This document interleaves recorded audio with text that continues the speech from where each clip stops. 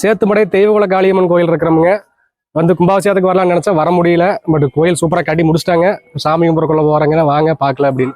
இது வந்து பாத்தீங்கன்னா நாகலிங்க மரம். பூக்கள் வந்து பாத்தீங்கன்னா எவ்வளவு வாசமா இருக்குன்னு பாருங்க.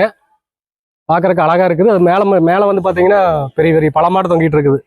நாகலிங்க மரமாம நம்ம தெய்வகுல காளியம்மன் கோயில்ல அந்த மரம் இருக்குங்க. பாருங்க. நம்ம கோயிலுடைய பூசாரி அவர்கள். சாமி வணக்கங்க.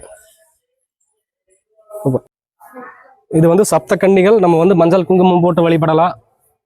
இது வந்து கும்பாபிஷேகம் முடிஞ்ச யாகசாலைங்க. பாருங்க,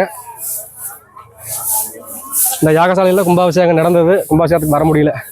இந்த குளம் வந்து தெய்வகுல காளியம்மன். தெய்வது குளம், அது வந்து தெய்வம்ங்க. அதனால தெய்வகுல காளியம்மன் காசு போட்டு வழிபட்டு இருக்கிறாங்க. தீர்த்தத்துக்கு இங்கிருந்து கொண்டு போயிட்டு இருக்கிறாங்க. இங்கிருந்து தீர்த்தம் கொண்டு போய் நீங்க வேணுங்க சாமிகளுக்கெல்லாம் ஊற்றி தீர்த்த திருவிழா கொண்டாடலாம் நம்ம ஊர்ல.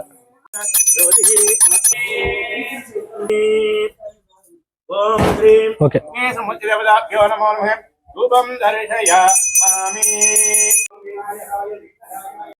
குழந்தை பாக்கியம் இல்லாதவங்க அந்த மரத்துல தொட்டில் வாங்கி கட்டணும்னா குழந்தை பாக்கியம் கிடைச்ச பிறகு சாமிக்கு நேர்த்தி கடனா வந்து பாத்தீங்கன்னா அந்த படத்துல வந்து மணி வாங்கி கட்டியிருப்பாங்க.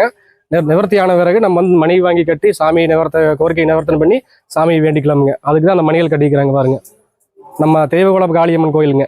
நீங்க வந்தீங்கன்னா சாமி வழிபட்டு சந்தோஷமா போங்க.